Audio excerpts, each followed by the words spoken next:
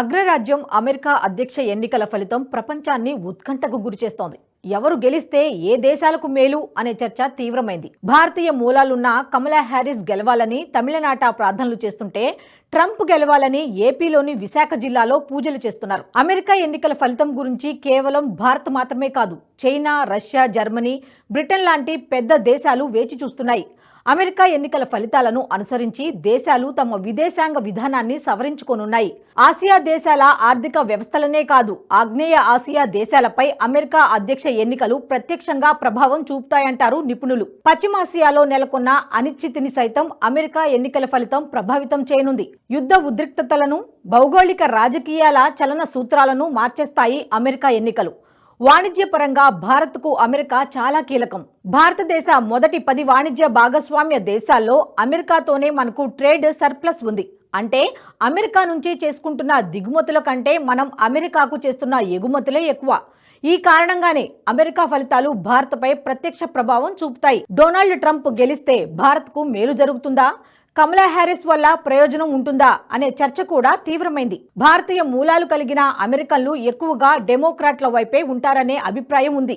గత 2 ఎన్నికల్లో ఇదే సంగతి గమనించవచ్చు. అయితే ఈ ఎన్నికల్లో అలాంటి స్థితి కనిపించలేదంటారు ఎన్నికలను నిశితంగా పరిశీలించిన వారు. కమలా హ్యారిస్ పట్ల దాదాపు 55% పైగా భారతీయ అమెరికన్లకు అనుకూలత ఉన్నట్లు పలు సర్వేల్లో తేలింది.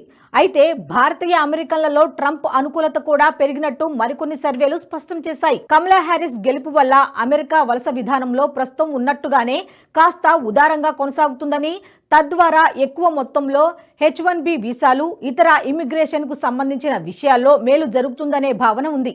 గతంతో పోల్చి చూస్తే రిపబ్లికన్ అభ్యర్థి ట్రంప్ పట్ల భారతీయ అమెరికన్ల మద్దతు పెరిగింది. ముఖ్యంగా గత ఎన్నికల్లో కేవలం 30% మంది మాత్రమే భారతీయ అమెరికన్లు ట్రంప్ వైపు ఉన్నారు. కానీ ఈసారి మాత్రం ఆ సంఖ్య 40% వరకు పెరిగింది. భారతీయ మూలాలు కలిగిన వ్యాపారులు సైతం రిపబ్లికన్ పార్టీకి పెద్ద ఎత్తున విరాళాలు ఇస్తున్నారు. అమెరికాలో ఉన్న మాంద్యం పరిస్థితుల నుంచి ట్రంప్ విధానాల వల్ల మేలు జరుగుతుందని, తద్వారా ఉద్యోగాలు కోల్పోయే ప్రమాదం తగ్గుతుందని, వ్యాపార అవకాశాలు పెరుగుతాయని పెద్ద ఎత్తున భారతీయ అమెరికన్లు సైతం భావిస్తున్నారు. డెమోక్రాట్ పార్టీ విధానాల్లో ఎక్కువగా వలసదారులకు అనుకూలంగా విధానాలు ఉంటాయి. తద్వారా పెద్ద మొత్తంలో వీసాలు జారీ చేయడానికి డెమోక్రటిక్ పార్టీ విధానాలు తోడ్పడతాయి. అయితే కమలా హ్యారిస్ పట్ల ఆమె పార్టీ ప్రస్తుతం అమెరికా ఆర్థిక స్థితిని మెరుగుపరిచే విధంగా ప్రయత్నాలు చేయడం లేదనే వ్యతిరేకత కూడా ఉంది. ఉద్యోగాల కల్పన జరగడం లేదనే అసంతృప్తి కూడా ఉంది. అందరూ అమెరికన్లలో వ్యక్తమయ్యే అభిప్రాయమే భారతీయ అమెరికన్లలో కూడా ఉంది. ట్రంప్ గెలిచినా, కమలా హ్యారిస్ గెలిచినా చైనాతో మాత్రం కొంత దూకుడుగానే వ్యవహరించవచ్చు. భారత్లో సెమీ కండక్టర్ ఫ్యాబ్రికేషన్ కేంద్రం ఏర్పాటుకు AI, క్వాంటమ్ టెక్నాలజీ, అంతరిక్ష, 6G మొబైల్ సాంకేతికత, సెమీ కండక్టర్ వంటి అధునాతన సాంకేతికతలపై కలిసి పనిచేసేందుకు భారత్, అమెరికా ఇటీవలే ఒప్పందాలు కుదుర్చుకున్నాయి. సాంకేతిక రంగంలో చైనా ఆధిపత్యాన్ని తగ్గించేందుకు ప్రస్తుత బైడెన్ సర్కారు ప్రయత్నించింది. ఈ ఎన్నికల్లో ఎవరు గెలిచినా బైడెన్ పాటించిన విధానాలను కొనసాగించవచ్చు. ఇది పరోక్షంగా భారత్కు మేలు చేస్తుందంటారు నిపుణులు. గత కొన్ని దశాబ్దాలుగా అమెరికా అధ్యక్షుడిగా ఎవరు ఉన్నా, అంటే అధ్యక్షులు రిపబ్లికన్ అయినా, డెమోక్రట్ అయినా, భారత్తో ద్వైపాక్షిక సంబంధాలు బలపడుతున్నాయి.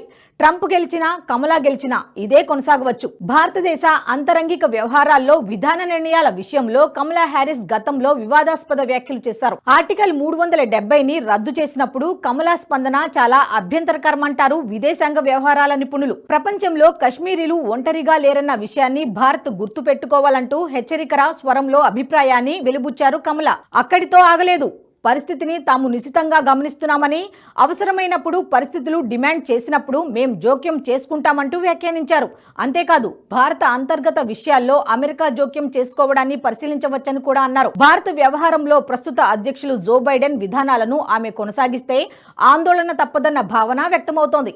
ముఖ్యంగా భారత్లో మానవ హక్కులు, ప్రజాస్వామ్యం, అంతర్గత విషయాల్లో బైడెన్ అభ్యంతరకర వైఖరి ప్రదర్శించారు.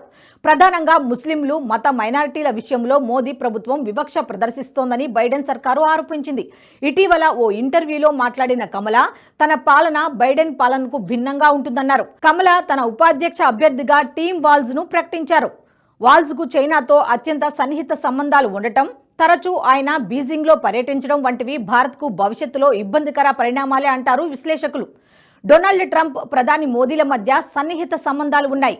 భారత్ కూడా ట్రంప్ విజయాన్నే కోరుకుంటున్నట్టు విశ్లేషకులు అభిప్రాయపడుతున్నారు. గతంలో మోదీ ట్రంప్ పలు విషయాలపై కలిసి పనిచేయడం, 2020 ఎన్నికల్లో అబ్ కీ బార్ ట్రంప్ సర్కార్ అంటూ మోదీ నినదించడం వంటివి ఇరువురి మధ్య బంధాన్ని స్పష్టం చేస్తున్నాయని చెబుతున్నారు. ఈ ఏడాది ఫిబ్రవరిలో భారత విదేశాంగ మంత్రి జయశంకర్ కూడా ఇదే అభిప్రాయం వ్యక్తం చేశారు. చైనా విషయంలో డొనాల్డ్ ట్రంప్ వైఖరి అందరికీ తెలిసిందే. చైనాపై ఆధారపడని రీతిలో సప్లై చైన్ ను ఏర్పాటు చేస్తానని ట్రంప్ గతంలోనే ప్రకటించారు. ట్రంప్ గెలిస్తే చైనా పట్ల రిపబ్లికన్ పార్టీ ప్రభుత్వం అనుసరించే విధానం భారత్ కు మేలు చేయడం ఖాయం. రష్యా ఉక్రెయిన్ యుద్ధాన్ని నిలువరించడంలో ట్రంప్ చొరవను ప్రదర్శిస్తే భారత్ సహా అనేక దేశాలకు మేలు జరుగుతుంది.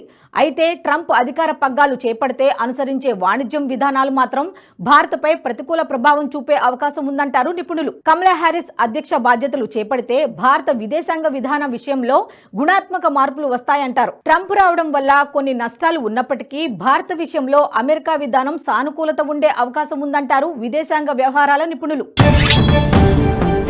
సాయి గారు, మీ మీద నమ్మకం ఉంది. మీరేం చేసినా దేశాన్ని మంచి చేస్తారు. మీరు ఓటీటీ ఛానల్ ఓపెన్ చేస్తారు. Give me the honour to become the first subscriber. Thank you sir. NH ప్రైమ్ని సబ్స్క్రైబ్ చేసుకుంటున్నందుకు first thank you very much sir.